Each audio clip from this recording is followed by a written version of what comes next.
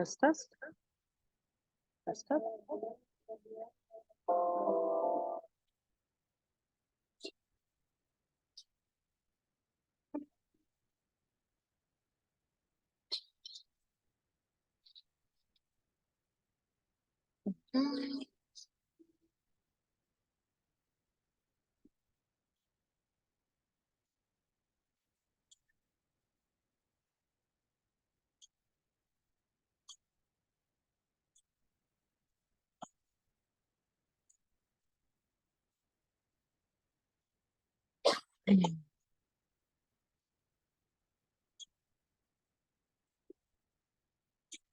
Test, test.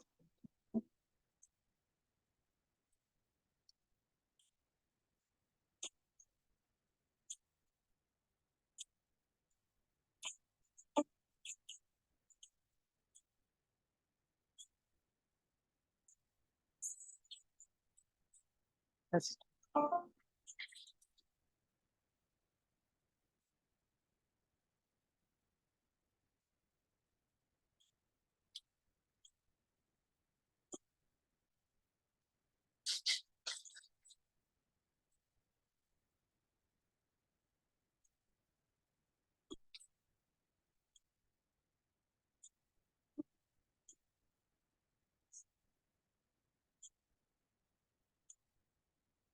Test.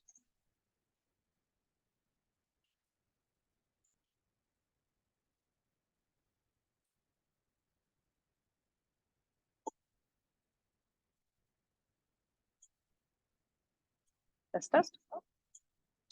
Test, test. Okay, cool.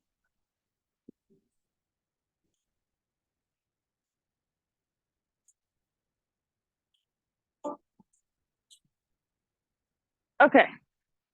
So I'm also recording this one too. I think from now on, I'm just going to record them and then drop them online so you guys can like watch them at a later date. Yeah, no problem. My pleasure. It's really not much extra work for me. Additionally, I have a daughter who goes to daycare. So this season, you're probably going to see me wearing a lot of a mask just because if I feel anything, I'm going to mask up for all of your sake. Yeah, no problem.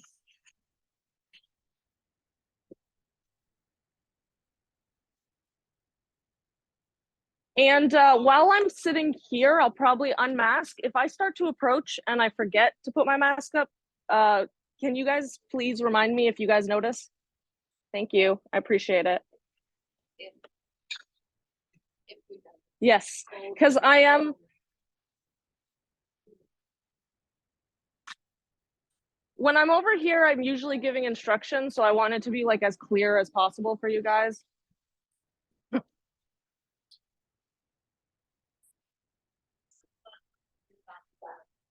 Yes, that's fair.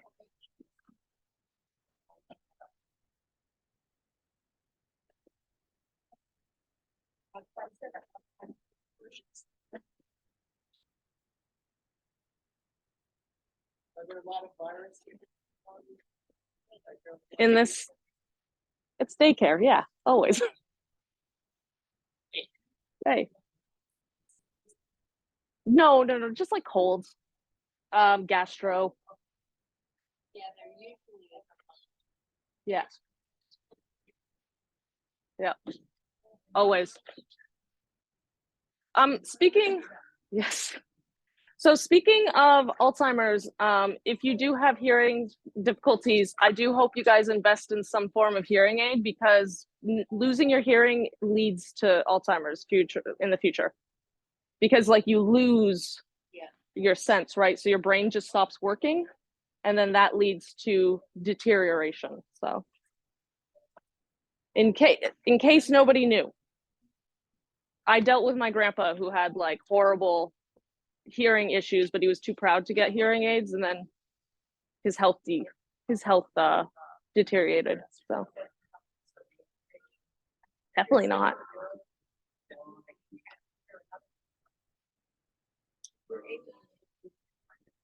Absolutely, it's awful.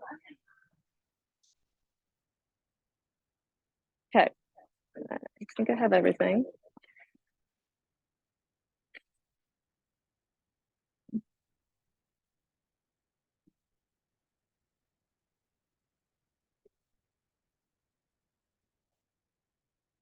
Okay. Time is it? Oh, shoot. Sorry, guys. I didn't realize that we're a little bit over the time. I apologize. Okay, so today, I'm giving you guys an option. We can do the cute little fireflies or we can do the ghosts since Halloween's coming up. It's your choice. So show of hands, who wants to do fireflies? And then ghosts is also 3. Damn. That made my job harder.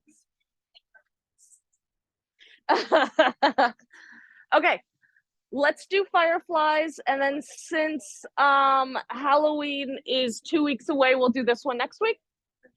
Does that sound good for everybody? Okay, perfect. And that makes it easy for me. And then the week after, we'll do fruit. And then that's it. I think we only have 3 classes left, I believe. 4, including this. Thank you. Okay.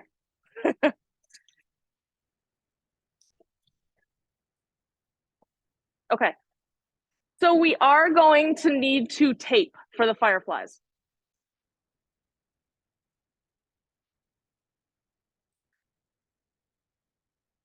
I'm good. How are you?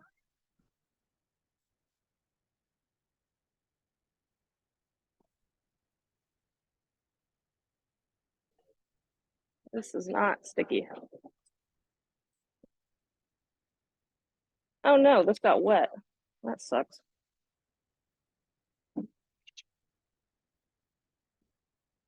And for the fireflies, I'm not going to be doing any drawings. It's kind of more of a freehand job. If you guys want to, please do.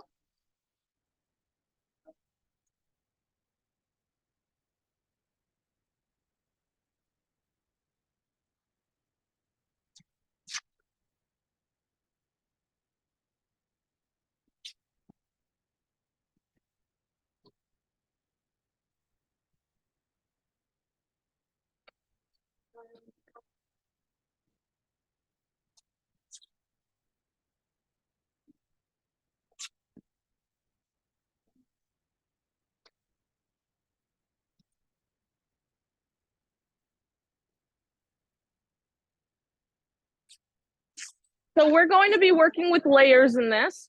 So this painting has 2 learning objectives, I guess. The first is to really really emphasize that watercolor is transparent. You can see layers under and over other layers. So like the color you put underneath your paintings will affect the color over top. The second objective is lifting, which can be used really effectively right here. But if you make a mistake, you can also course correct that mistake. So it's a super important skill. There you go. That I want you guys all to learn.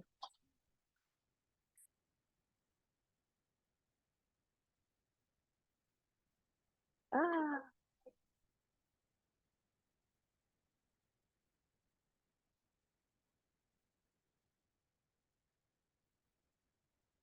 Okay, whatever. Not important.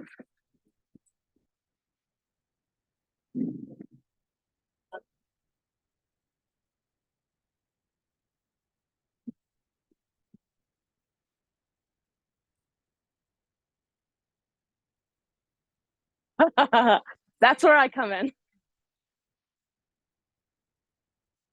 Good for you guys. We're first working all wet.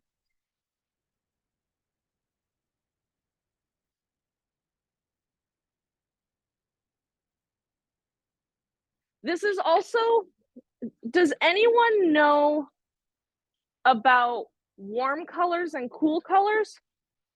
Okay, so if you mix a warm color and a cold color, it turns to mud. So say I was mixing like a cold blue and a warm red, and my goal was purple, it'll just turn to mud. So this is really important as well, because the layers, if you use like a warm yellow and then like a cold blue over top, it's also going to be muddy. So we have to be aware of that as well. So the first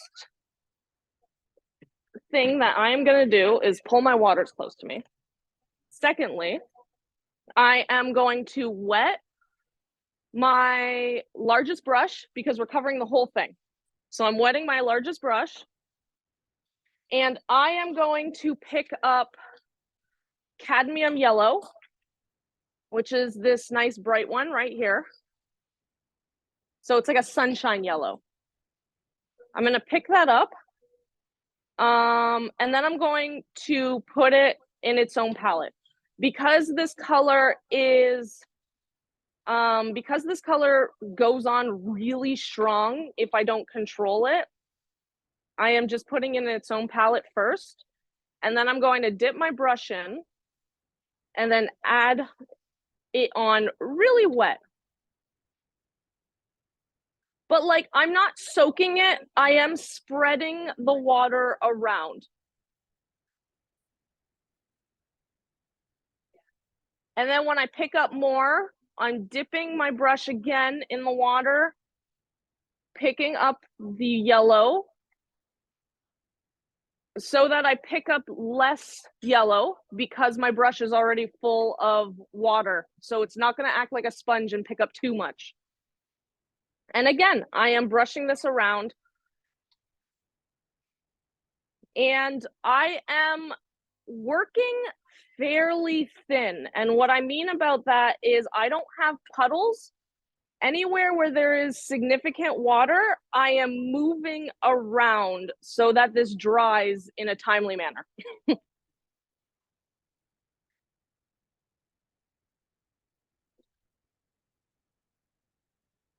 And this is the lower one, so it doesn't have to be, this is the bottom layer, so it doesn't have to be absolutely perfect.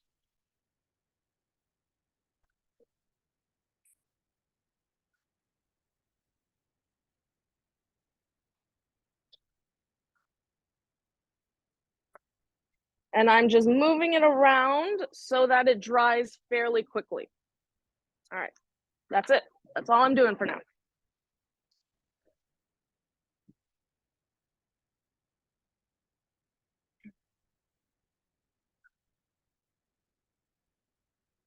Nice. Instead of picking up more water, or instead of picking up more color, Barry, try just dunking your brush in and then like moving this around. Okay. Yeah, so you see how now you can actually move around your color and it just spreads out the yellow?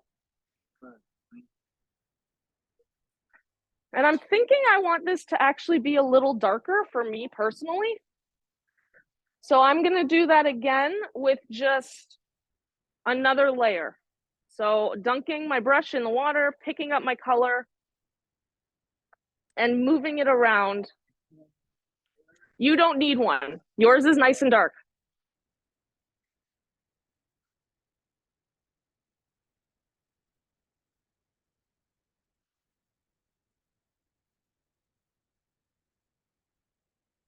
But I'm seeing some of yours are a lot darker, and I think I want to go darker too. I like what you're doing.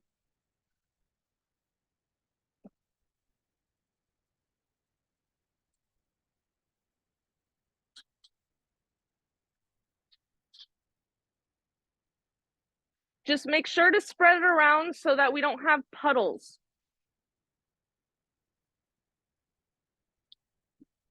We want this to dry within like 5-10 minutes if we can.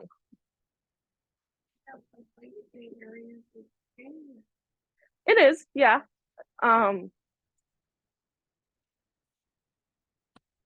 Yeah, it is, but if you want, you can like grab this and then just dry it off and then just like move it around.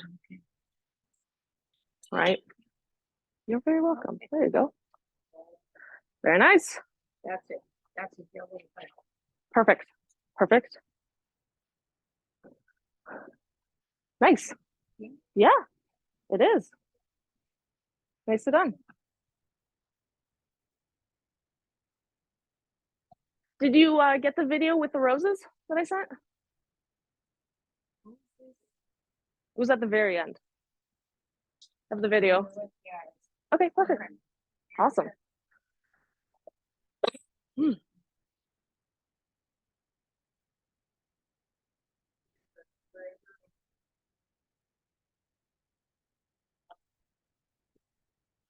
Okay, we do just want this to dry a little bit more because we are working with layers today.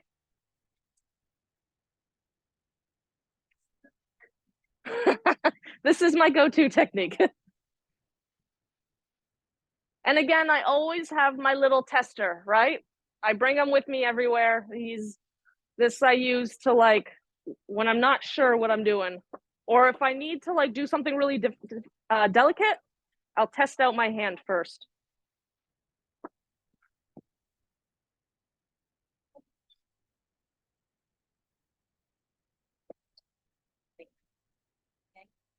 Yes, I did. Thank you.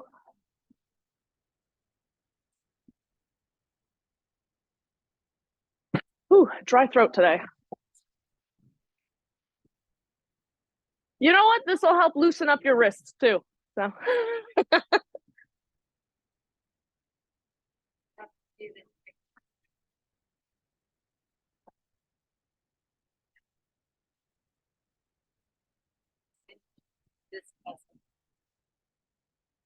Wow, that is gorgeous. Isn't it gorgeous? How many pieces is that? 1,000. Nice. I love it. Crazy. Jigsaw puzzle. I love puzzles. I'm such a puzzler myself. But I'm not one of those puzzlers that can like leave it for a month and just kind of put it. I am all or nothing. If I sit down to do a 1,500 piece puzzle, I will literally bang it out in a week because like I just can't leave it. Well, now I can pick up anything. There you go.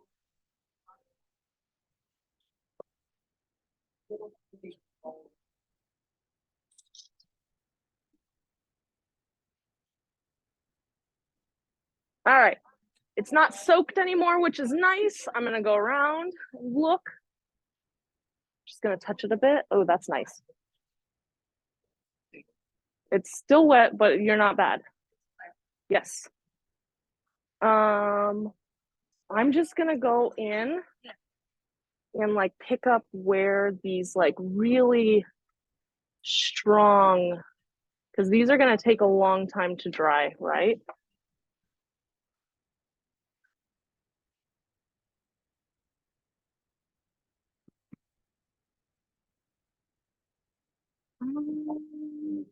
That's pretty good. There you go. All right. I would continue doing the fanning thing though for a bit. It's a little wet. Nice. It can be damp. It just can't be wet. Like mine's damp. But I'm gonna give it like another minute for Leia, who is a little bit behind, which is okay. It's perfectly okay.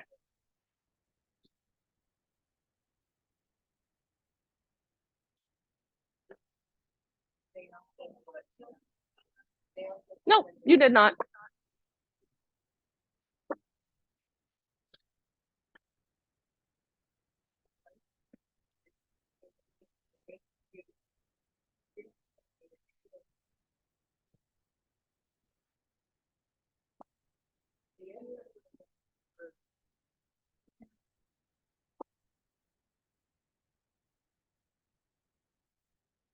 Okay, so now we have to decide. You guys can continue this. I'm going to talk for a bit. So now we have to decide what blue we want to put over top, and it has to be a darker blue. You can also put a purple if you want. Because we used a cold yellow, we have to use a cold blue. So I'm testing out my blues. I have either a phthalo or a cobalt blue right here. So that is a good option. And then I have an ultramarine blue, which I already know is too warm, but I'm going to put it down for you guys anyways. So do you guys see the difference between these two? How this one is, what's the word? How to describe it? Like, it's brighter, it's warmer, whereas this one pops into the foreground, this one fades into the background. So this is like a very cold blue, right? And then you also have cerulean, which is going to be too light for what we want right now. And that is mixed with some yellow because my palette likes to run. But this is also a very warm blue, right? So these two are warm, this one's cold. So I'm going with phthalo blue. So I would, which is the cold one, yes, because cadmium yellow is cold as well.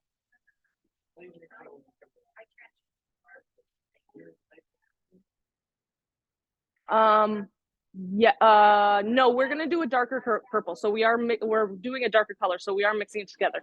For the purple, you're asking? Okay, so for purple, that's fair, yeah. You might have to mix one. Give me a second, hold on.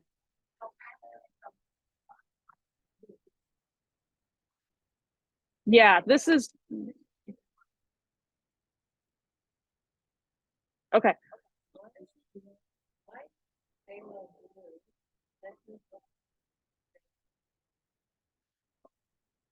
So long as, it might be a cobalt blue.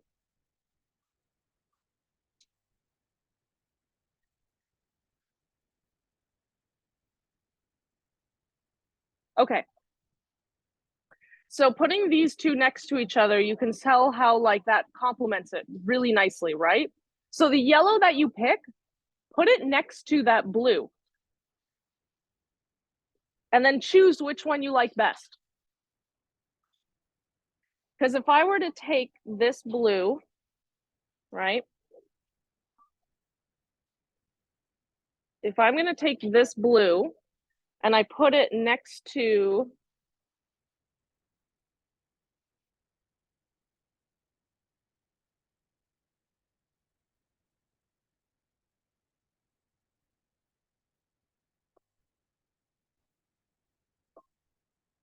So do we want it to be quite light? we are going to mix it with some black because we want it to be a little darker. Yes.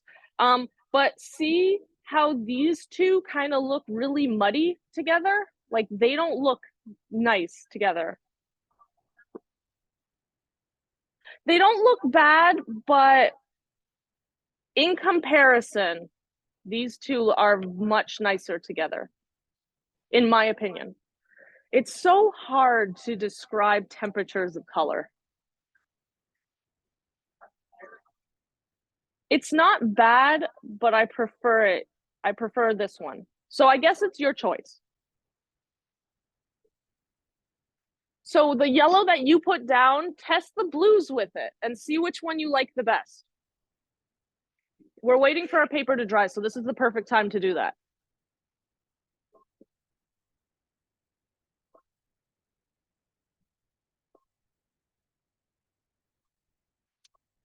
And then when you find the one you want, I'm going to put it up here. Oh, I miss using this blue. This is a beautiful blue.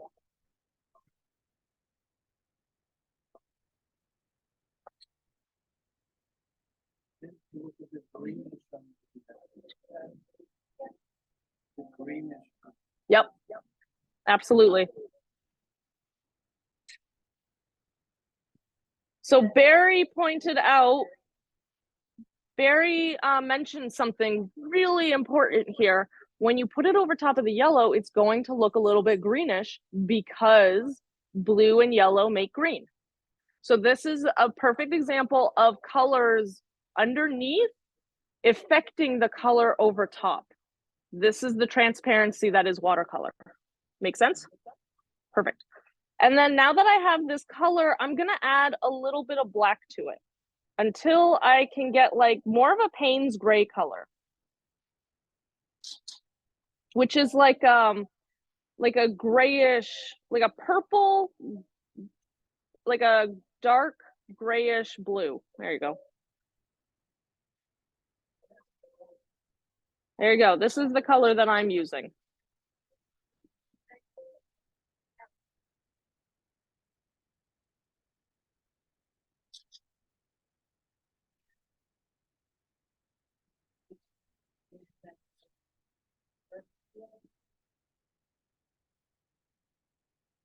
You can add burnt umber if you want. Yeah. Do you want black? Okay. So when I go over top of this, because I don't want to pull up a lot of this color, I'm going to do wet on wet. So now I'm going to wet the whole canvas and then add my color on top. Because if I keep on brushing it over top, it's going to lift up the yellow that we put down, right? Instead of just dropping water on it and then dropping the color over top, it's going to leave the, it's more likely to leave the layer underneath where it is. Does that make sense? Okay. So clean water and just going to very lightly, I'm barely touching my paper right now. I'm kind of just more like dabbing it around.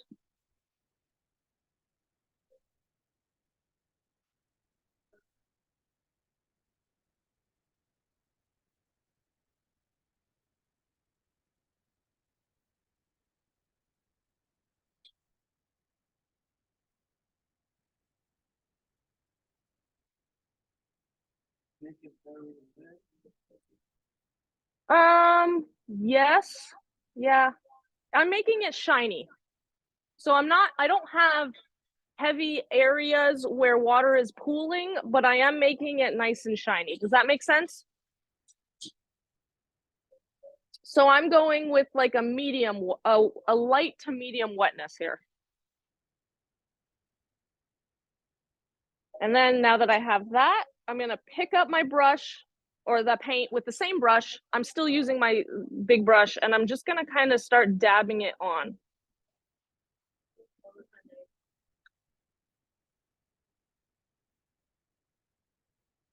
And instead of brushing, I am using a dabbing motion, right?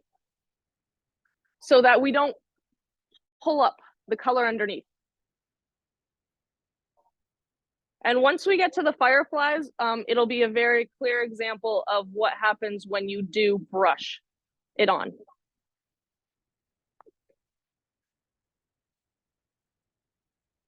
So have I come around to any of your paintings yet?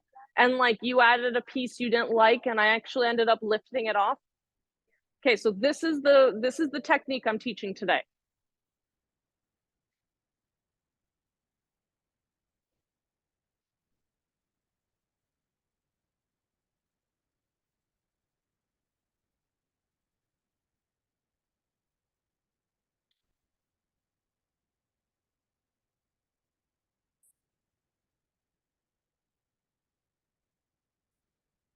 At home, I also have like a piece of like foam that I have, and oftentimes I'll tape my paintings to those because if I want to like move the color without using a brush, I can just tilt the whole thing and it just starts flowing. Does that make sense?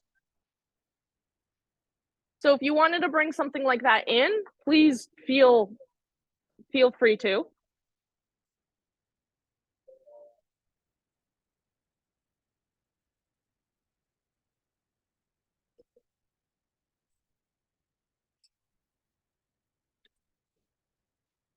You could even probably use like one of these on the back of a board kind of thing. That might actually end up working out nicely for you.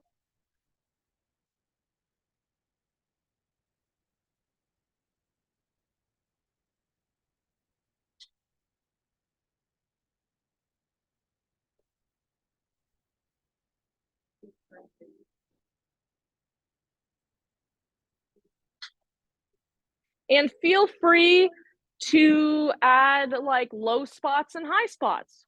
Feel free to like allow the darker paint to like just sit in the corner a little more.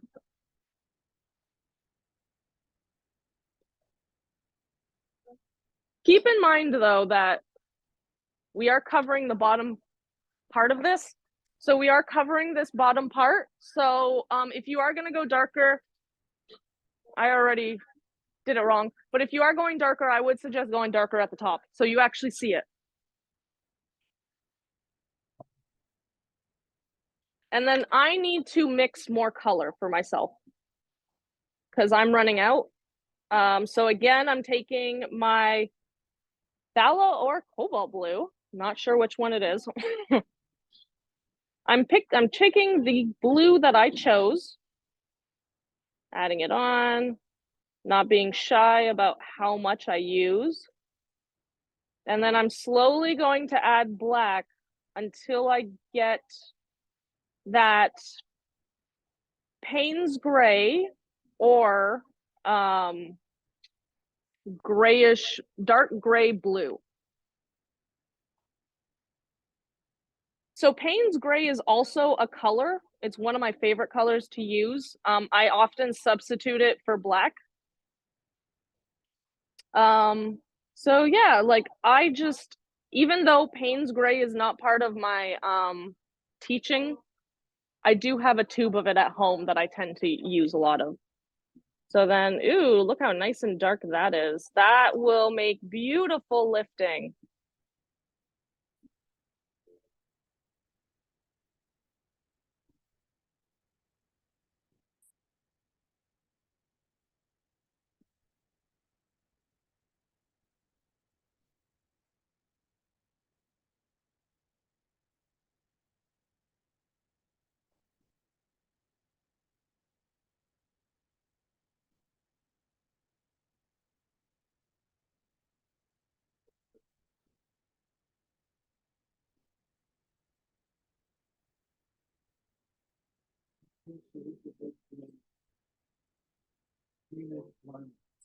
Okay, I will walk around.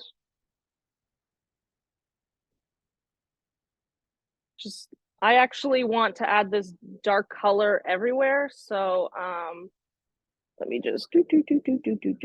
Okay, now I'm gonna walk around.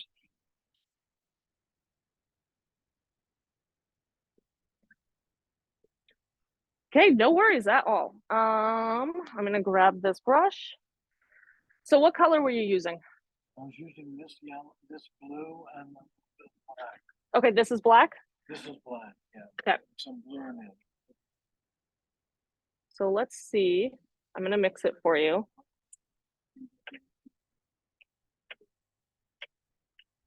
So this might be a good opportunity for you personally to add a little bit of brown, which will cancel out that green. So, okay, so I should use that. Well, let me try it out first.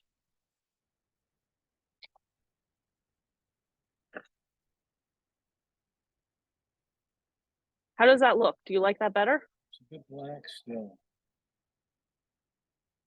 Making it more black. More, yeah, it's going darker. Okay. Do you like that? So. So, okay. What do you want more blue? Is that what we're looking maybe for? I'm putting more blue than that. Okay, let's try adding some of this blue then. Let's mix. So I'm gonna go here. So I'm going to mix this blue. Let's see what happens if I mix this blue. You're coming on the journey, Barry. All coming along. Yeah. Honestly, this is my process, is kind of just trial and error until I get it right. Yeah, that's usually the case with paint. Ooh, that's a nice color. Okay. So is that more what you were looking for? Still a bit black. Still too black. Okay. No problem. So let's spread that out.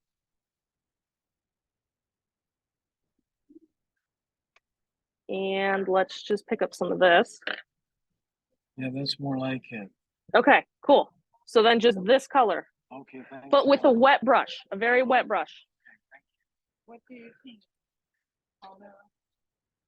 I love the color. What do you think of it? Like a more, like a dark green, like of the glass. Okay. Yeah. Does it look like night to you? Yeah. Okay. We're looking for like dusk night-ish. Yeah.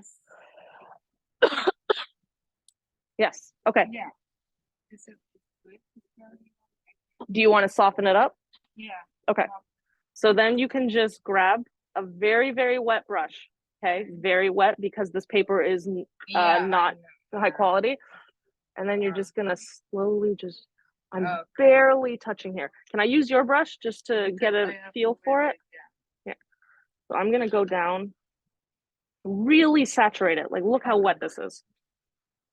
There you go. Yes. Oh, okay.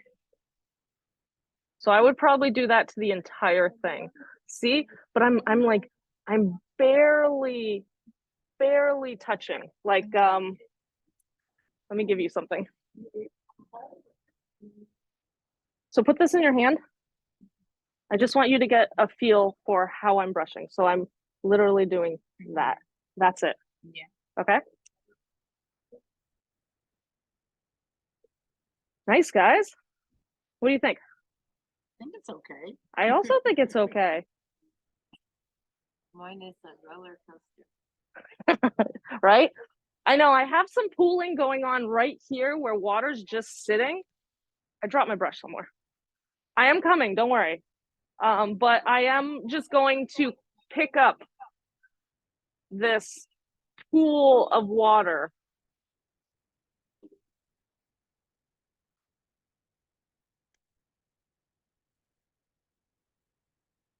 You guys can even go darker if you wanted to. Oh. Nice. Ooh, I love this. Well done. I like how you weren't afraid of adding the color. Like it's punchy. When I'm home, I'm gonna try it with purple.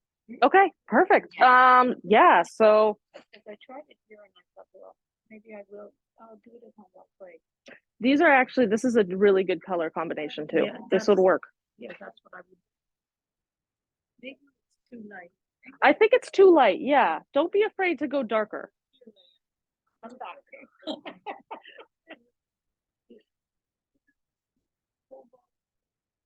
Yeah, yeah. Not in a tube, not in a tube, but I will give you.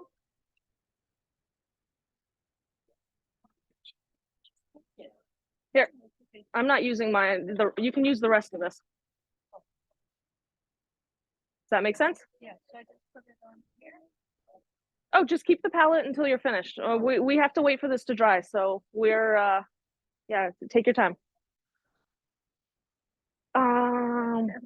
Yes. So I would take this, really saturate this color. And then go in and see how I'm like dabbing and dragging kind of thing. I'm not dragging. I'm like dabbing and dragging. And then we can like add a little bit of water to like move that color around. There we go. What do you think? Do you like that? Okay. Something I'm going to do for you. So, you put this in your palm and hold this up. I want you to just to feel how I'm doing it. So I'm going like, that makes sense? I see. Yep. There you go. I would do it to the whole thing. Yes. And then move this around too. Like you can drag that down. Don't let anything really like sit and puddle. But this is also a really nice effect too. So you can like do this on the other side and then leave like the center a little bit lighter. Went darker. I like it.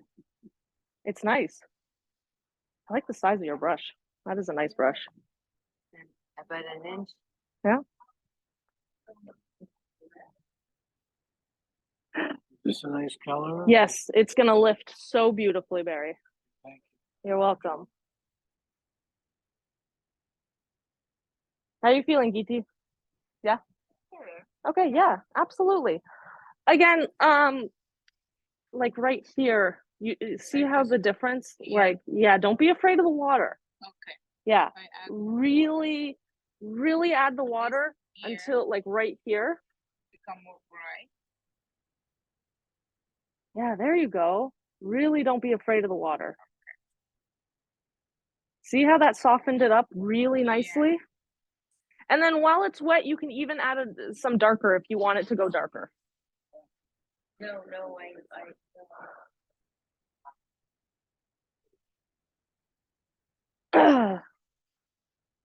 So now we do need this dry. So let's continue our trusty fanning exercise. If you guys are happy with it. it's not dark enough. You want it darker? Got to let it dry. Nope. You can definitely just go in with more paint. This one? To this one?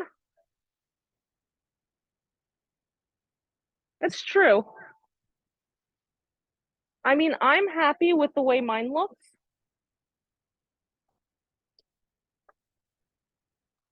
If you guys are curious, like you can come up and look at my painting. If you want to see how dark I went. Because there is some difference here in like what the monitor is showing versus what is actually happening.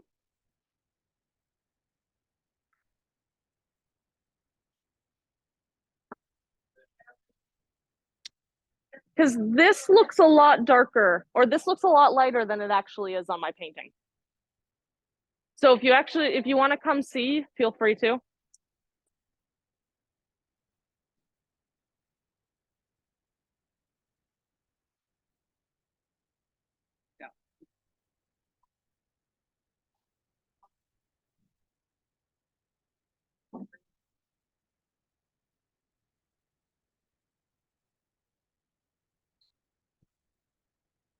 At the other center I teach at, I have a student who brings like a tiny little portable fan.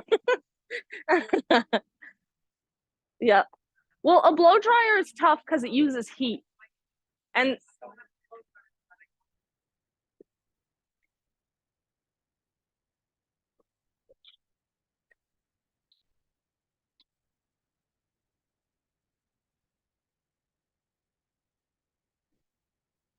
yes, yes. For this one, we do have to wait till it dries.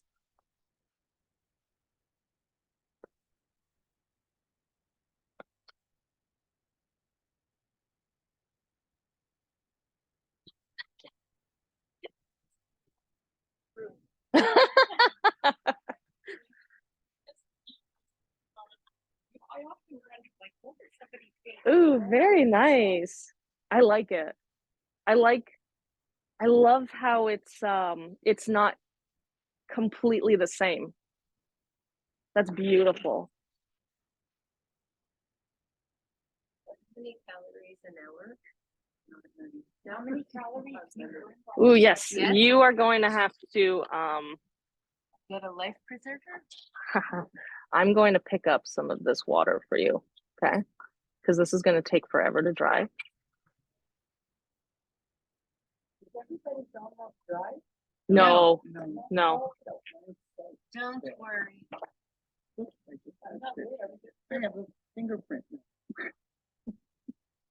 Nothing a little water won't fix. See how that, Yeah.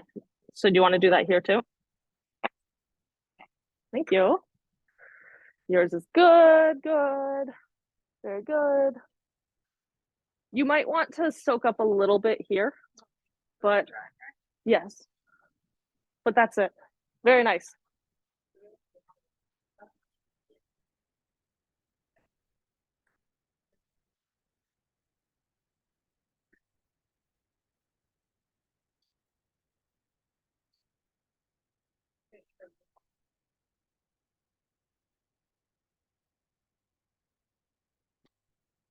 There it is.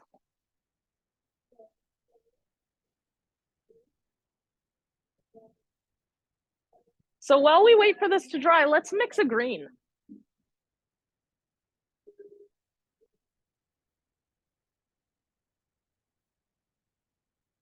So I'm taking a sap green. I'm using a number 8. Thank you. Great question.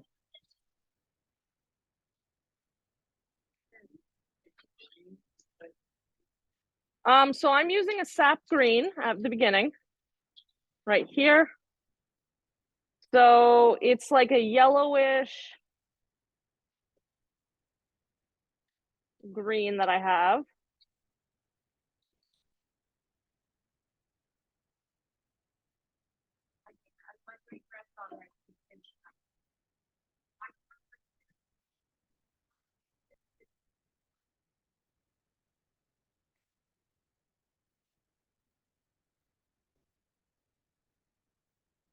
Let's try it out.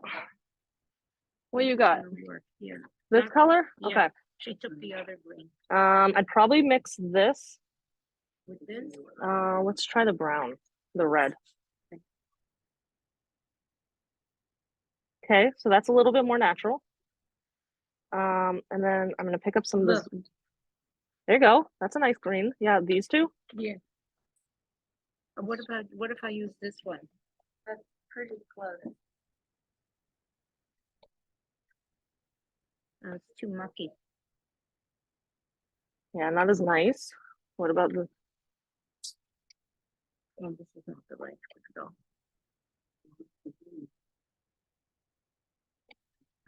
What did you use? I use these two. These two are probably the best ones. I'm also going to do one with that one. Let me see. I think it's gonna be too bright. Yeah, that's too bright. This one's a really nice green That's though. the one. Yeah, these two together. She told me she liked the green, and now I can't find it.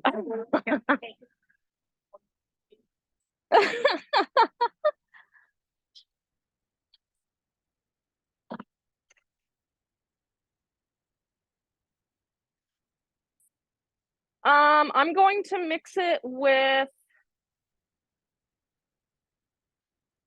so this is my green. Okay, I'm doing some experimenting. I don't quite know what I want to mix it with, so. Ooh, that's really nice. Okay, so if I mix it with some ultramarine blue.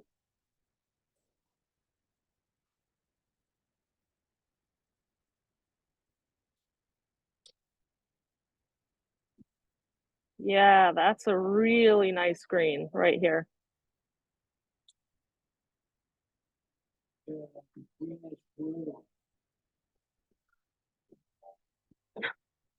So this is the color that I have. Oh, so we are mixing together this with this, these two. Oh, okay. This is a cerulean blue. This is an ultramarine blue. Does that make sense? Yeah. Yeah, I could do this one, This one with like a nice dark blue. dark blue. Yeah, like this blue right This here. blue. Yes. Yes. So I have a sap green with an ultramarine blue. This is the color. Or like that. If you want. Yeah, I would put a little bit more blue. Okay.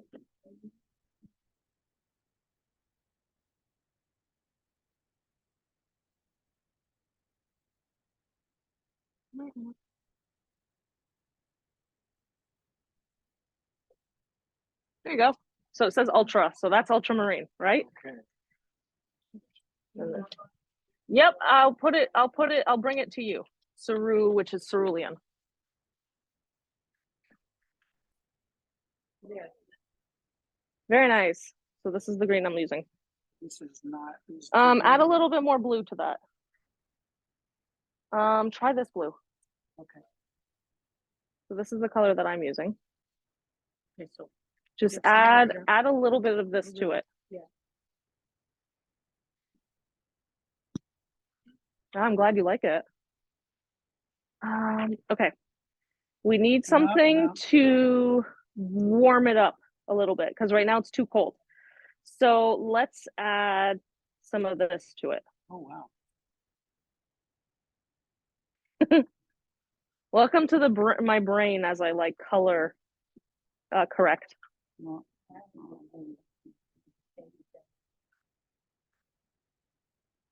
There you go. That's a nice green. You could even add a little bit more brown to that.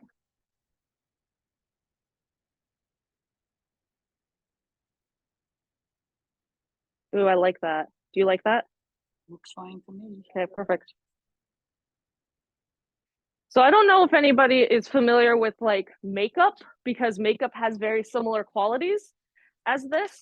So oftentimes if I'm using a color corrector when I have a sunburn, my concealer is going to be green because it's going to take out the red, right? So if your paintings, if your colors are too red, then if you add a green, it'll balance it out.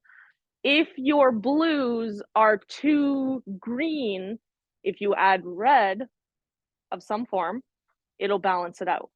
So the fact that we added like a burnt sienna, which is a reddish brown, helped balance out the like the green blue that you had. Make sense? Okay. Yes. Yeah. Using the opposite color will help bring it into more of a neutral state.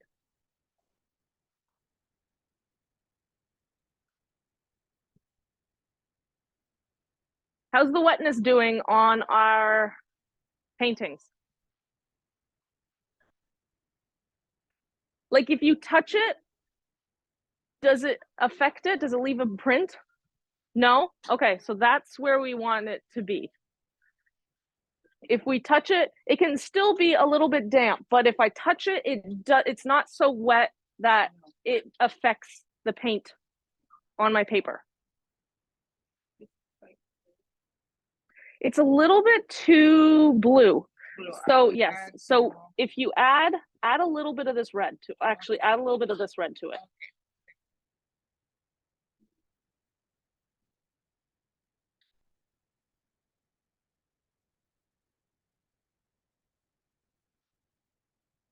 Too much. That's okay, we're getting there. So like, let's add some of this.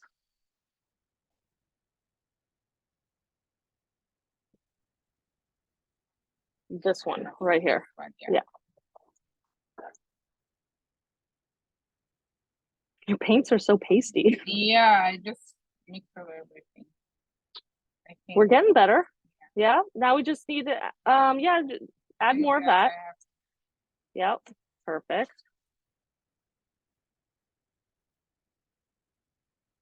Nice. We're getting there. And then we just need to add a little bit of dark blue. Add some of this blue to it. The same like brush. I use the same brush. I tend to use the same brush, yeah. That's enough. Right there. What do you think? I think that's a nice blue. Yeah. Or green, sorry. Green. Yeah. How's yours, Leah? Still a little bit too wet. Okay. I'm going to fan it for you. Yes.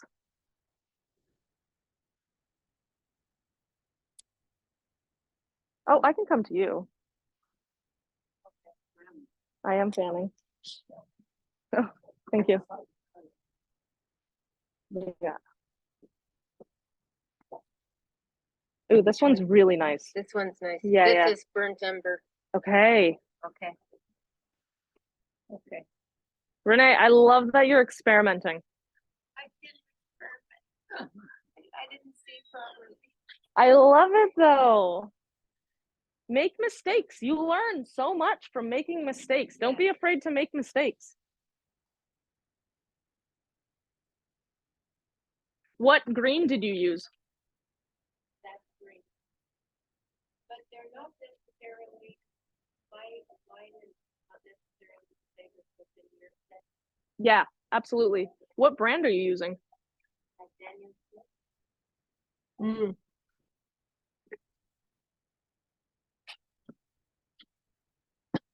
Super high quality. Mine is an Ontario-based company that has gone out of business called, I don't remember it, but yeah, it was an Ontario-based company that went out of business that did paint colors. I know. Usually I tend to go Winsor and Newton, but I had the opportunity to support a more local company, and they produce really nice high quality paintings, so, or paints.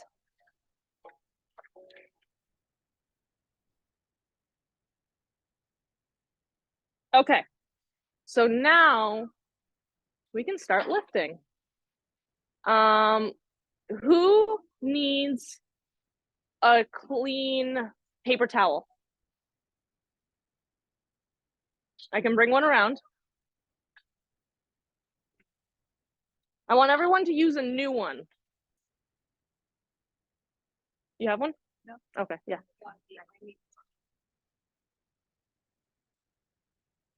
Mm.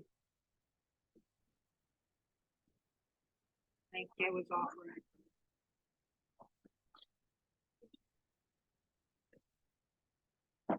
Okay. So there's a few different ways to do this. My go-to is I'm going to push my dirty water away because I don't want the temptation of using it. Ugh.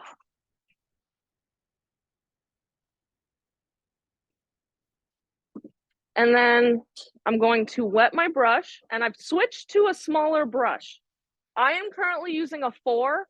Feel free to use a 2 or a 1, but at first I'm using a 4.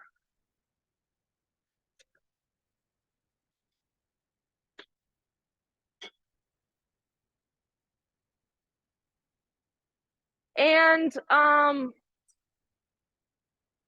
word of caution, lifting does damage your brush. It does blunt the tips. So it is often that I have like 2 sets of the same paintbrush, and one I'll use for blending, and the other one I will use, or I'll use for lifting, and the other one I'll use just for like putting paint down kind of thing in a dry brush fashion. Yeah, so I'm gonna take my brush, wet it, and then I'm dabbing it off so that it's nice and damp.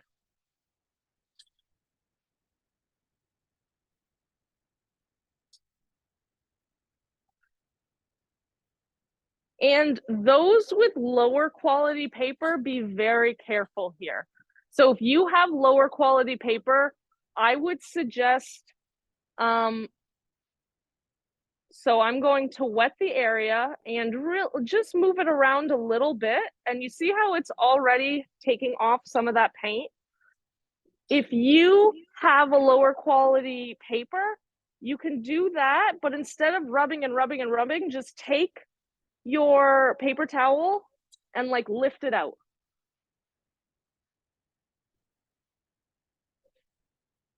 So I'm just going in small little circles. This is going to be my biggest.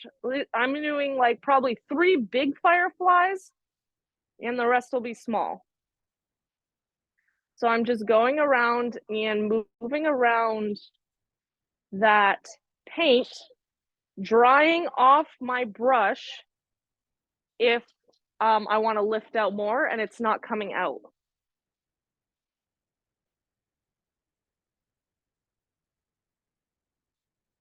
And we have 1 firefly. Does that make sense? Is that working for everybody? Beautiful. Yes. So what you can do, even if you want it to come out more, is you can re-wet it, right? So you can like go in and you can re-wet it, and then you can pick it up, and more continuously wetting it and then picking it up will lift more and more each time. Exactly. Amazing. Yes. Exactly. And if you really want it to be punchy and lift out a lot of color, you can go in and just lift it out, right? And that'll soak up some of the color. Very nice. Yeah, I didn't make the yellow dark. I made the yellow. Oh, we're going over again with some yellow after. Okay. Yeah, don't worry.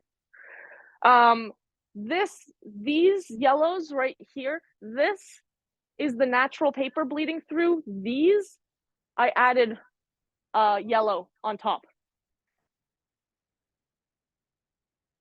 So feel free to add, like, switch to a smaller brush and you can get smaller circles, right?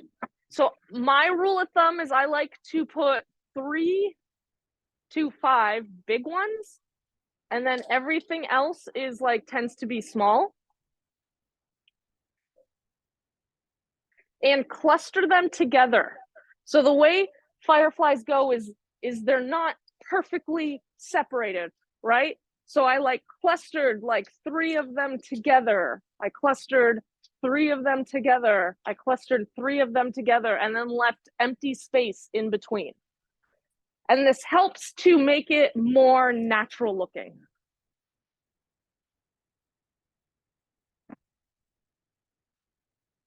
A lot like how we did our stars. I clusters with blank space in between. Don't feel pressured to fill up every single space. The shadow defines the light, right? So the negative space defines the active space.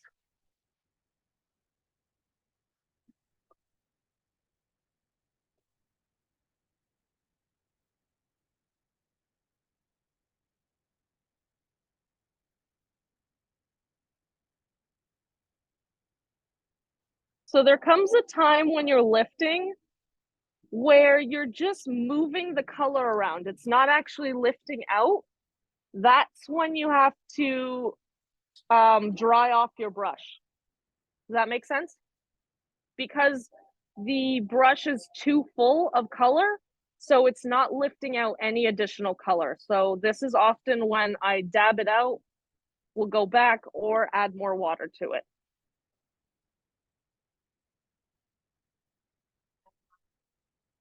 Yes. Thank you for helping me clarify that.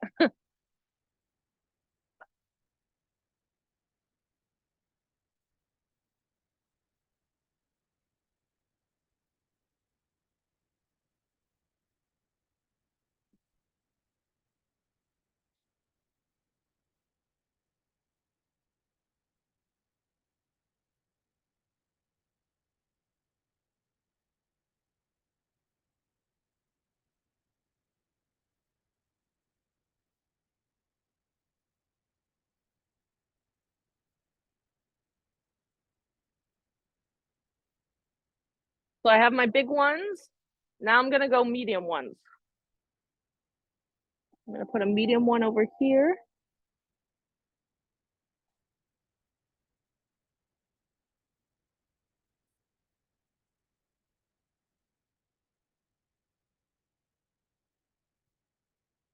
And then I'm gonna switch to a small brush, and right next to the medium one, to add a little bit of interest, I'm gonna cluster a very tiny guy.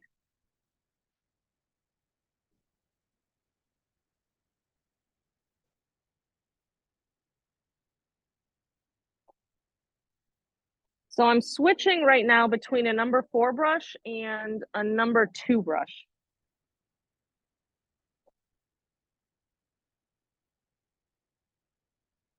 Which this is my only number 2 brush. I know I know that because I'm doing this lifting process with it, I am gonna have to replace it sooner rather than later.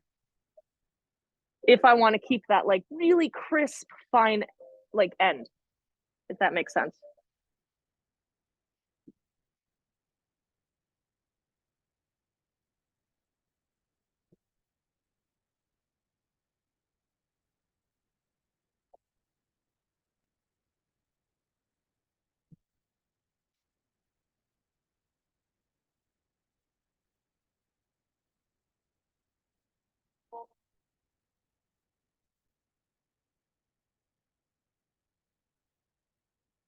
Does anybody want me to walk around before you get too far into it?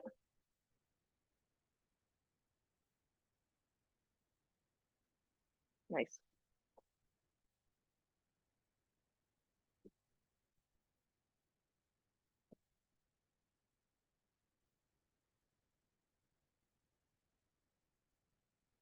Geetsy, is that working out for you? Okay, cool. I'm just concerned about your paper quality.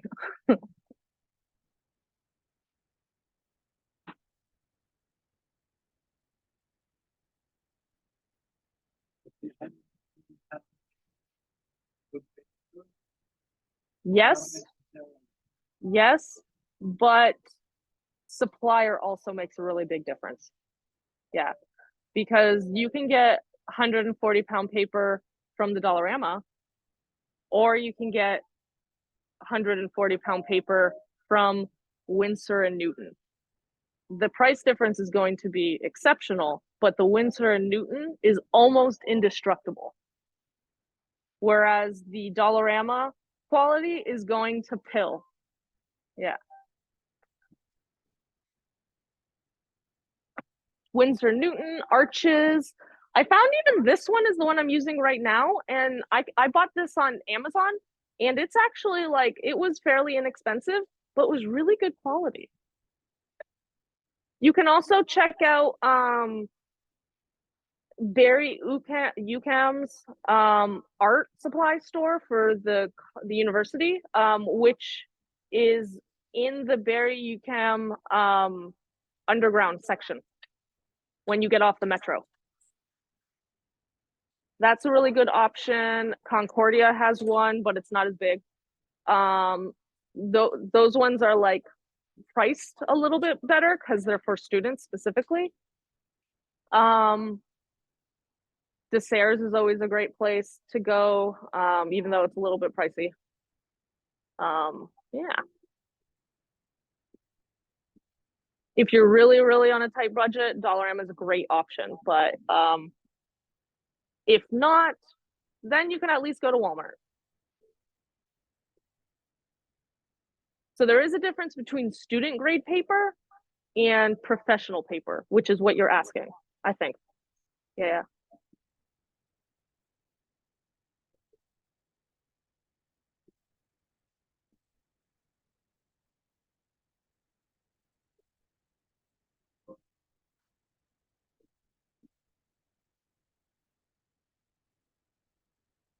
I think another one is if it specifies watercolor techniques and mixed media, it's going to be a little lower quality than if it's just watercolor techniques.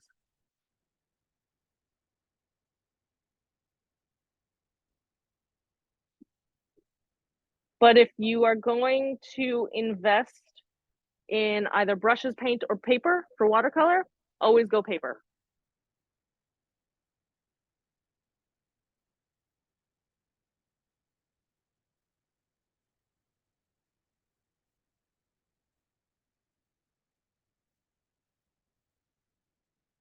So there's, I forget what it's called.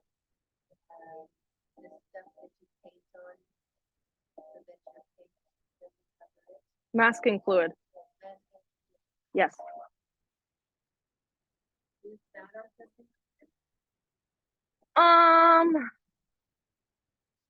No, because I'm looking for soft edges. Does that make sense? If I were looking for these to have really hard edges, like if I were doing the moon, which is a very hard edge, then masking fluid would be ideal, yes.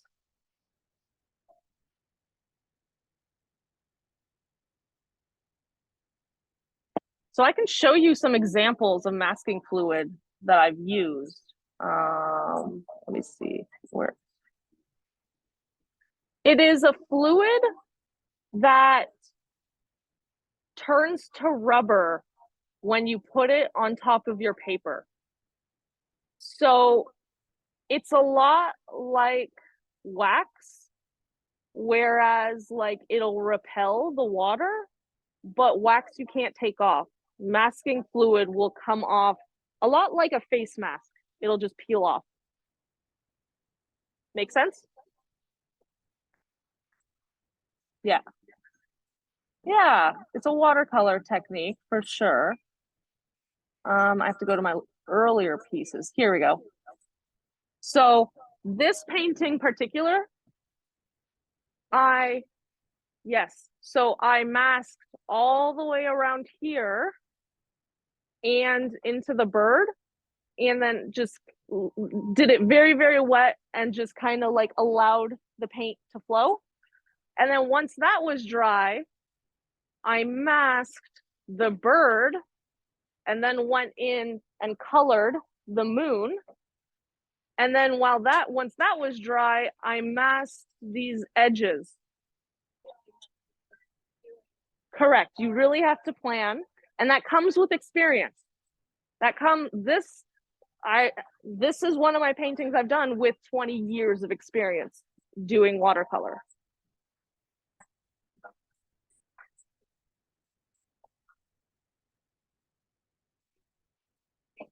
It stays on the paper. You can't take it off. So I'll bring it with me if I remember next week. It is a bottle with like a thick, viscous, beige liquid inside. And then using either a really crappy brush that you don't care about or a nail, you apply it because it will destroy your brushes. You apply it around, and then it's really thick so you can see where you applied it. You let it dry. When it's dry, it turns to like a more like gum eraser color, so like a yellow ochre, and it's shiny, and you can paint over it and it won't bleed into the paper. And then when you're done, you get a gum eraser, like specifically a gum eraser, and you just like peel it off, and then it brushes it off. You basically erase it off. Make sense? Okay.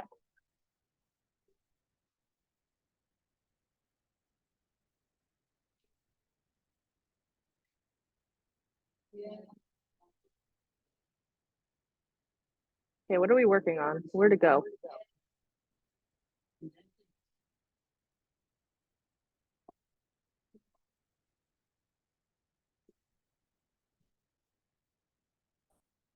This is a painting that we did with wax pastel. So the white is wax pastel, and then once we put that on, we just went over top and then did. So this is called, I forget what this is called. This has a very specific name for it, but if you use crayons, if you went in this with a white crayon, and then after just wet the whole thing and included and then dropped it, when it dried, it'll look like this. Yeah. A wax pastel or a white crayon. Either or will work. Right? If you guys have wax pastels, feel free to bring it in. But this is definitely mixed media. This is too, because there's like copper accents to it. But that's like a very clear like difference. So the masking fluid in the first painting was very yeah, and it didn't leave a mark, right? This 100% you cannot paint over any of the white spots. Yeah, it stays there. And I've seen people do it where they'll do a black outline of a butterfly wing with like a monarch butterfly wing with like all the details in black wax, and then they went over top of that with the orange, and it looks beautiful. Yes.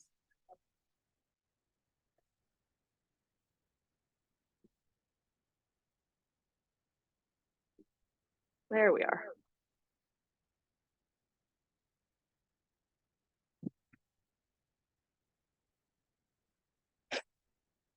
Thank you for asking a ton of questions, guys.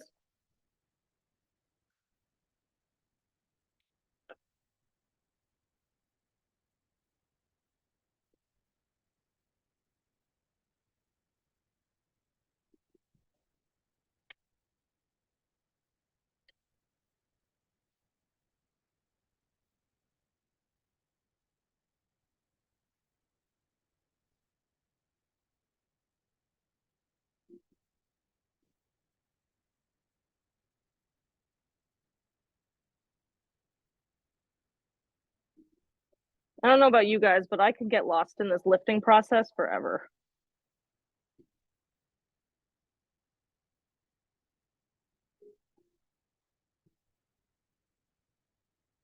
What do you think? You think if you guys made a mistake in the future, you'd be able to lift it out? Yeah. Amazing.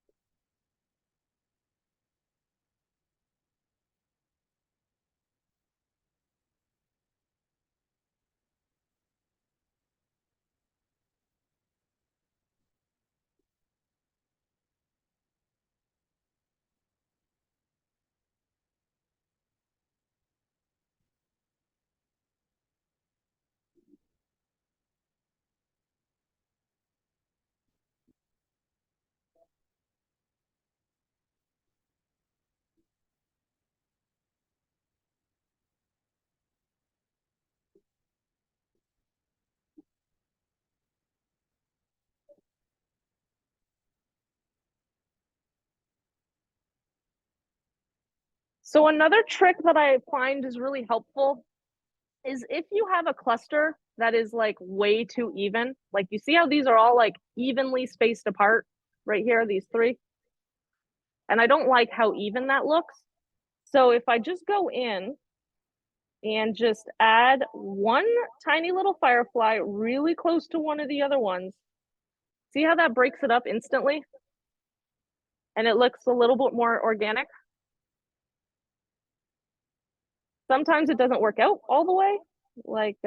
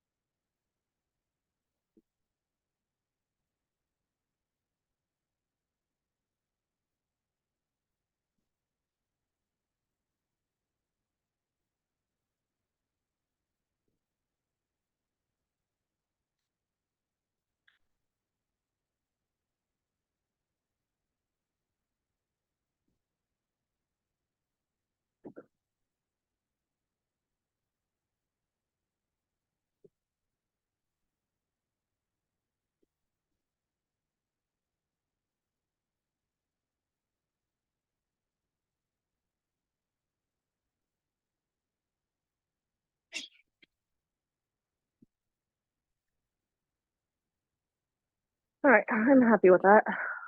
Good enough. Nice. Yeah, looks great. Ooh, nice, Gidgy. I really like this cluster right here. And then this, beautiful. Very nice. Nice placement. I would add one more up here. That's maybe, you're, looks great. Oh, I love it. I'm gonna play, I don't like this mess here. Okay. I'm gonna take some water. Yeah, take some water and soften it up. It's a great idea. So I messed this up when I tried to fix it. That's okay. It looks cute. Yeah. It's gonna just be, oh, I really like this placement. I like how you have like little clusters. Ooh, your placement's also very nice. Nice, guys. Good job. Thank you. Well, way to really make that organic look.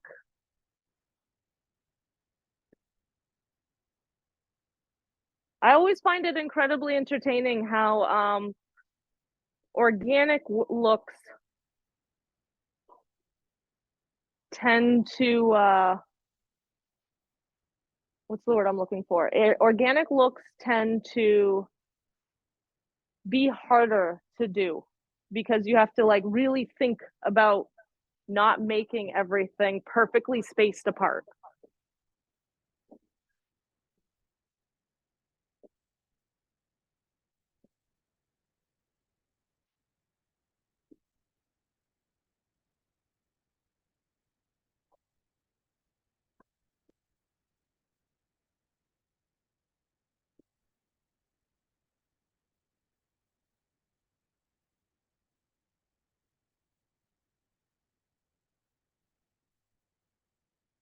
Oh my God, I figured it out.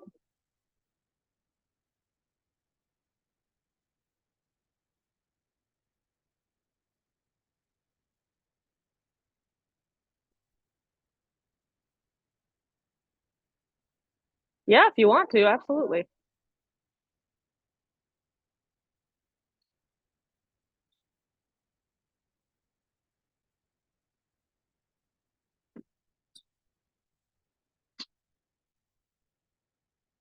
How dry is the bottom of our painting? Okay, let's add some of the greenery.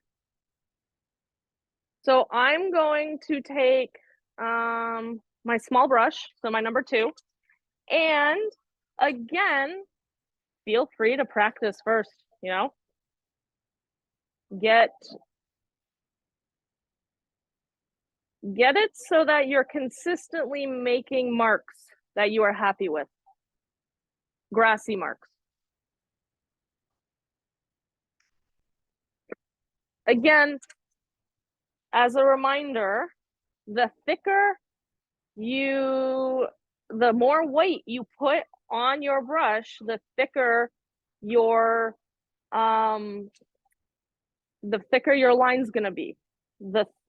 If you just barely touch the tip, that green that we mixed earlier.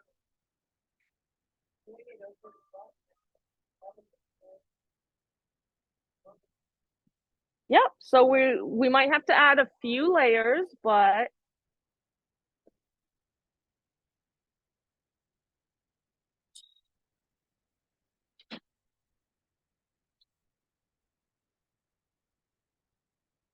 there you go. So really load up your brush with as much paint as it will pick up. So I don't have any water right now on my paintbrush. I just have paint.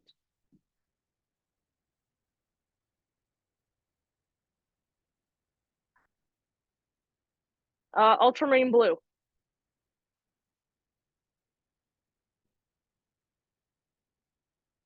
Sorry?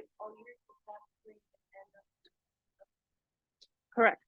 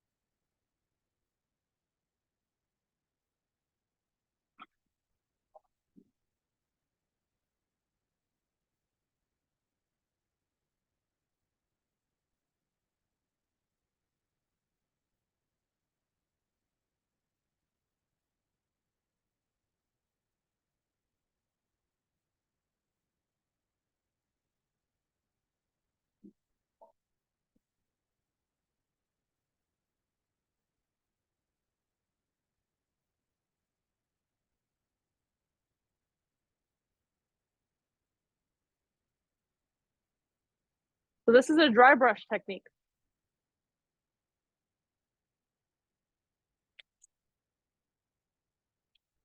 And again, I did the rookie mistake of going right to left, and now I have to avoid trying to drag my wet paint.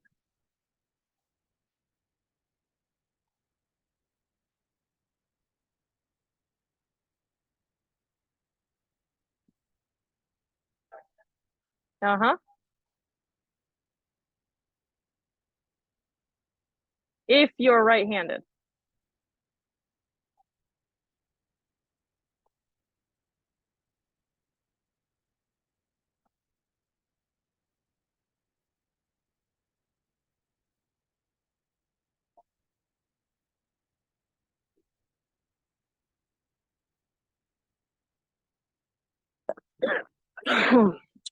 That was weird.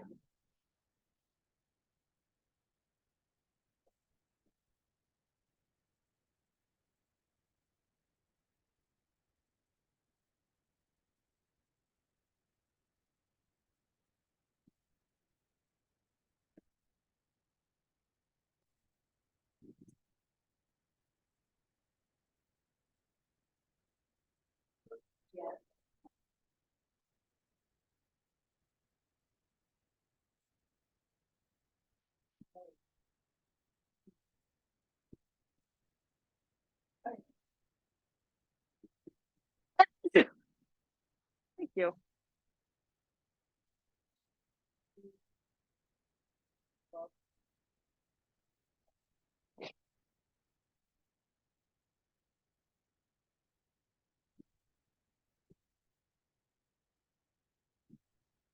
And then for my personal one, I'm going to take it a step further and I'm going to darken, once I have my base color on, I'm going to darken that green to be a little bit more brown, just to add like a little bit of interest so it's not completely the same. So I'll show you. I'm just going to darken my color first.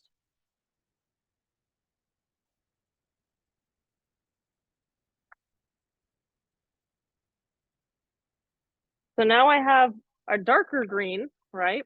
That's just the sap green mixed with black.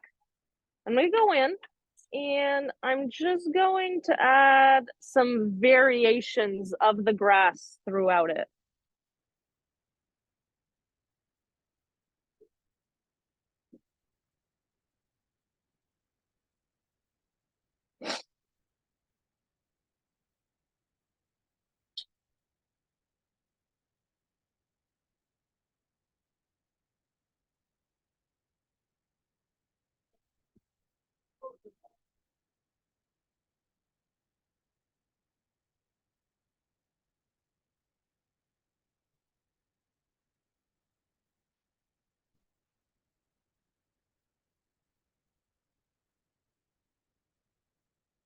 And this will help make it look like there's some, like there are grass behind the foreground grass. So you're giving depth to your grass by adding some darker green.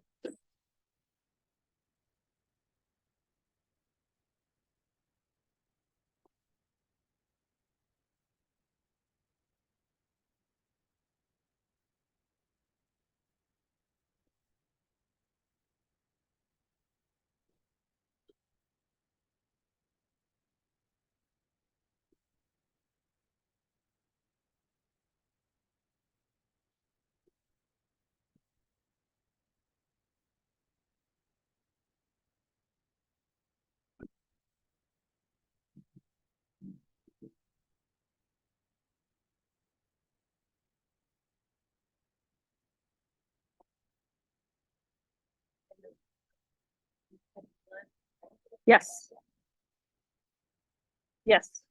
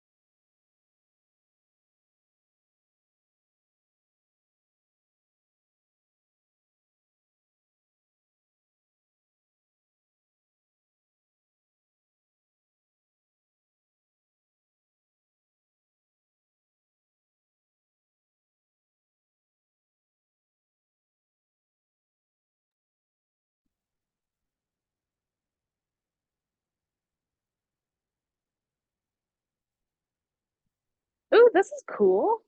I like this color. Ooh, very nice. I like it. Yeah, that looks great. Oh, nice. I love the thick. Because yours is so much bigger, the thick stalks really works really well. Yeah. My dress is so boring. It's very much the same. So see how Nan's kind of like overlap? Yeah, like you're No soldiers.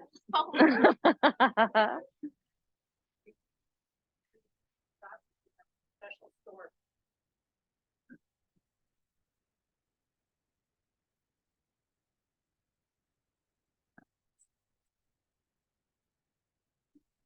Just gorgeous. Hmm. For those who are ready, if you take a brown, I'm going to use a burnt umber. If you take a brown with a small brush, if I grab my burnt umber and I'm really saturating my brush with this, and I go here and I add a hot dog shape. There you go. You got some bull brushes. Nope, just a few. I would say for, again, my personal preference is odd numbers. So I would do either 3 or 10 or 5, sorry, 3 or 5.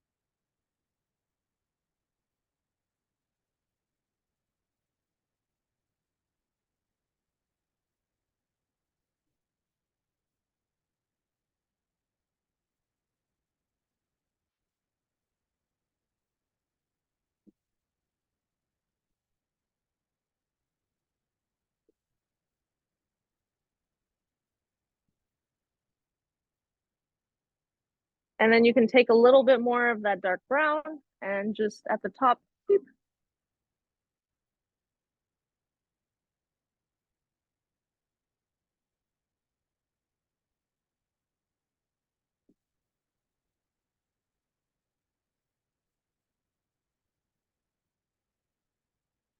That'll add a little bit more interest.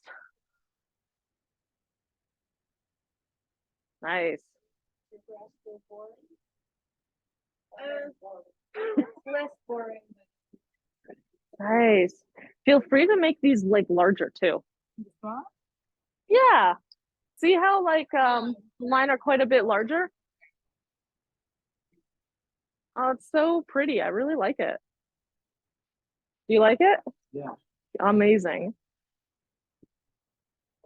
Now, because your stalks are thick, you're gonna want big bulrushes. All right. So I would do them like, I would do them honestly like this, like an inch big. And I know it's scary to do that because it's such a big piece, but to get it to the proportions right, you would need to do that.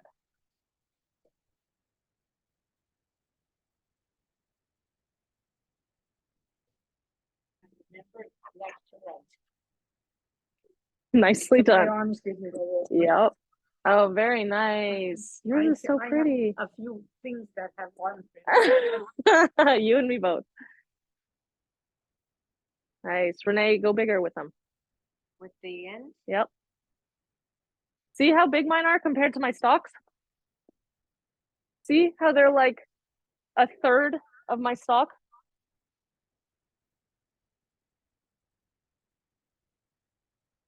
Yeah, about a third of the stalk is like probably the right way to go.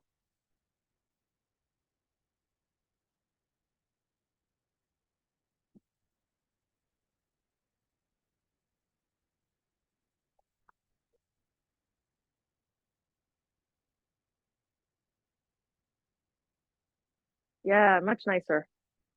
Yes. What do you think? You like it better? Yeah. Okay.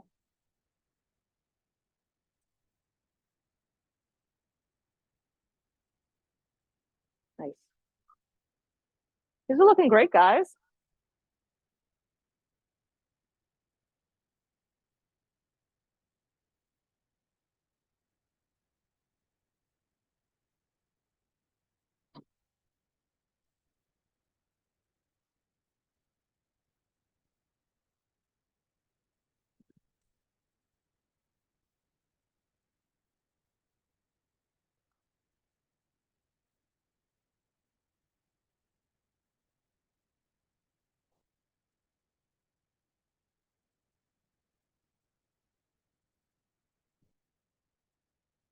And to add a little bit more interest and like something a little more natural is I'm going to tuck a few fireflies inside the bulrushes themselves.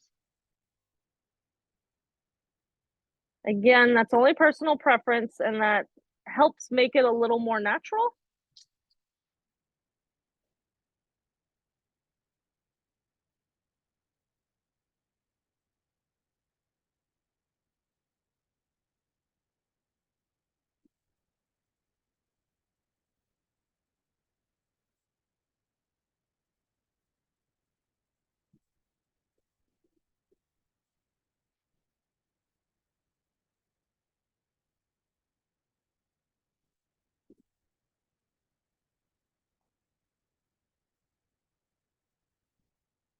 This is definitely optional though. You don't have to do this part if you don't want to.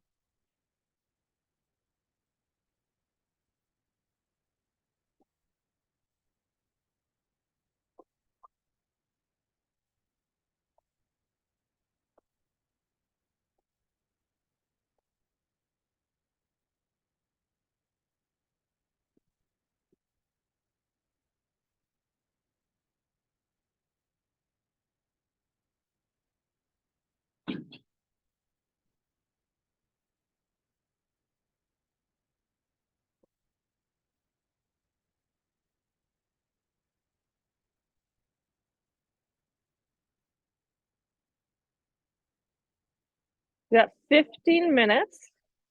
The last thing that I'm going to teach is to give some of your fireflies that really strong glow. What I'm going to do with a wet paintbrush is pick up a little bit of that yellow that we used underneath, and I'm just going to outline it.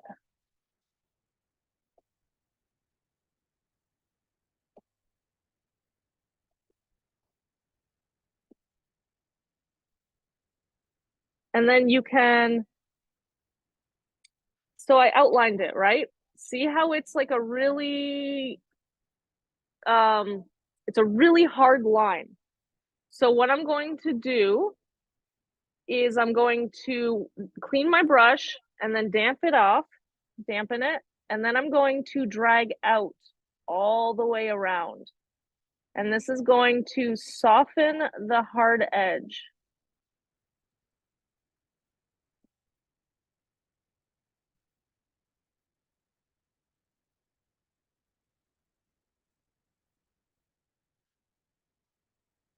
And then you can just mess around that hard edge with a little bit of water to soften it up a bit so that there's a slight gradient.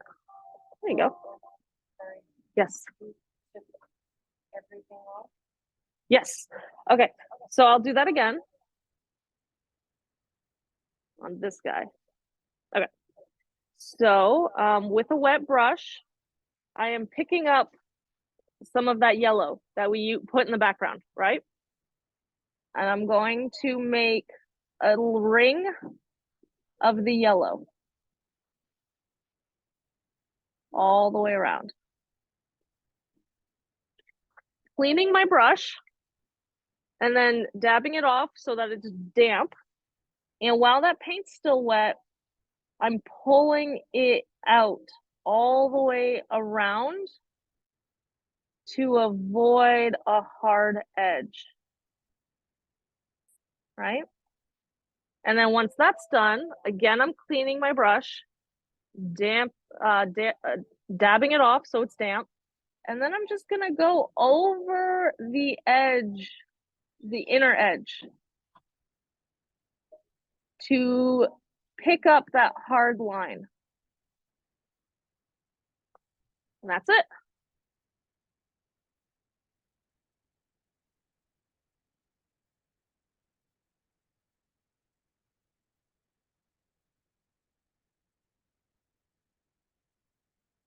Oh my God, I can't get it right. There we go.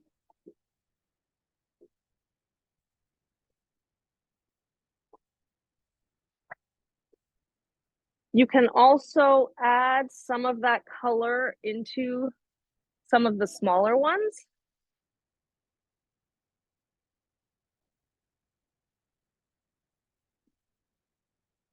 Not all of them, just some of them.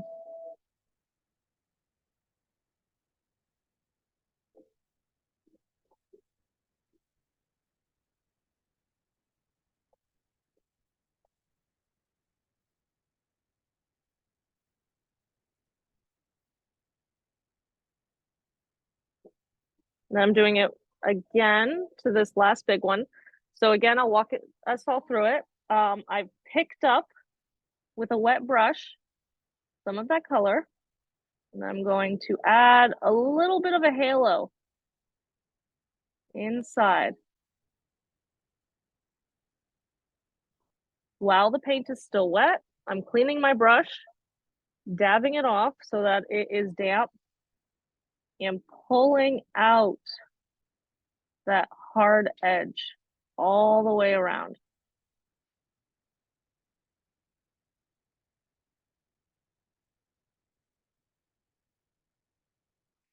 Once that's finished, again, I'm cleaning off my paintbrush, dabbing it off, and then I'm just gonna go in and go over top of the inner ring of the halo just to soften it up so it's not a hard edge.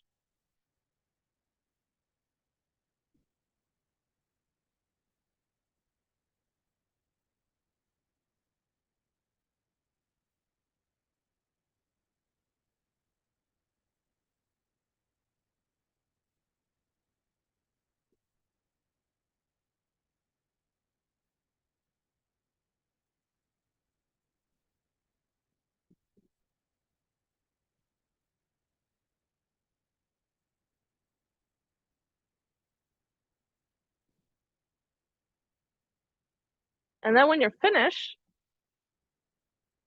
this is super important.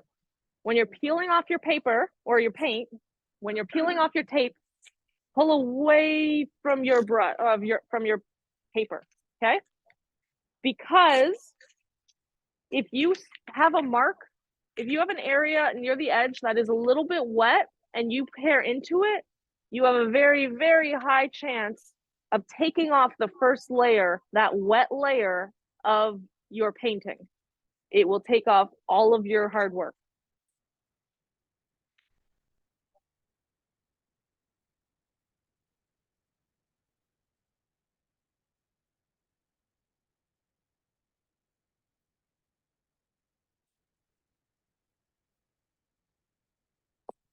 Any questions?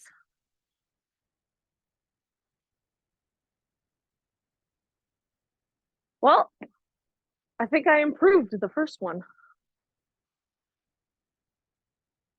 I like them both, actually. They're both equally good for their own reasons.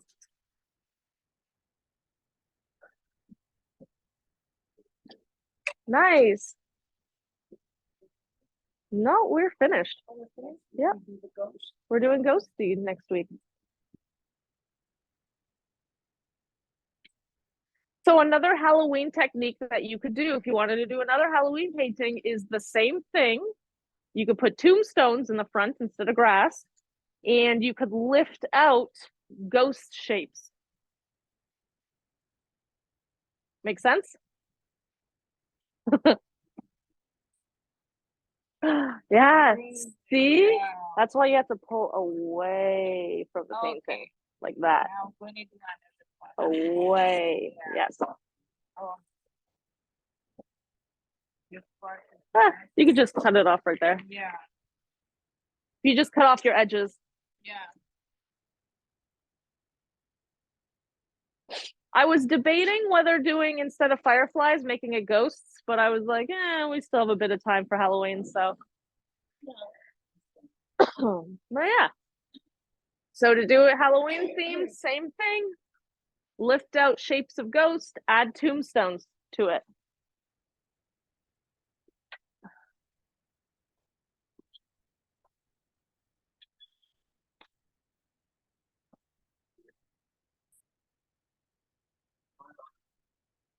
Bye. Oh, so beautiful. If you want to, but honestly, I really like it. You don't need to. You could maybe like put some smaller ones in there. Yeah. So like just break up the space in between. Yeah. That's about it though. Marilyn, this is gorgeous. I didn't do the fireflies the way I like, but it's not that. Okay. I like this. Yes, that's I very like the nice. bulrushes. I really like this actually. This because of the streakiness, it has Van Gogh feels. Well, I took the brush and I used your idea. Yeah, no, it looks like Now it looks better, much better. yeah, it looks like a Monet or a Van Gogh piece, honestly. Starry night. There you go.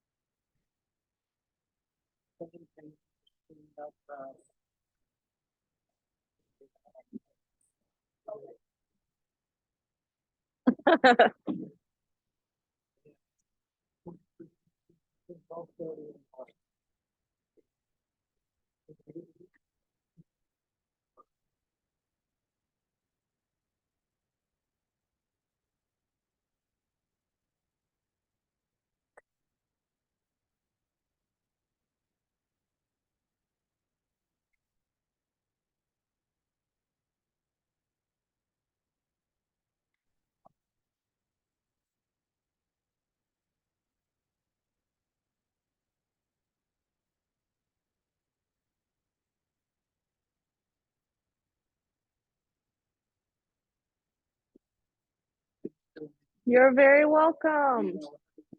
You as well. You as well. Thank you, Barry. I think the only one absent today was Michael. Yes, Louise, thank you.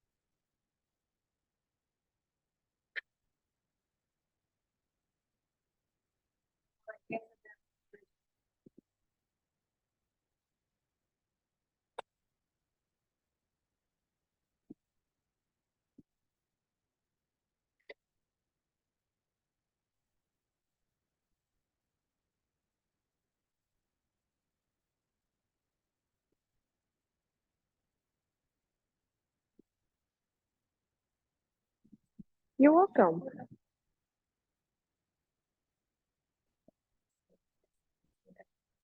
Yes.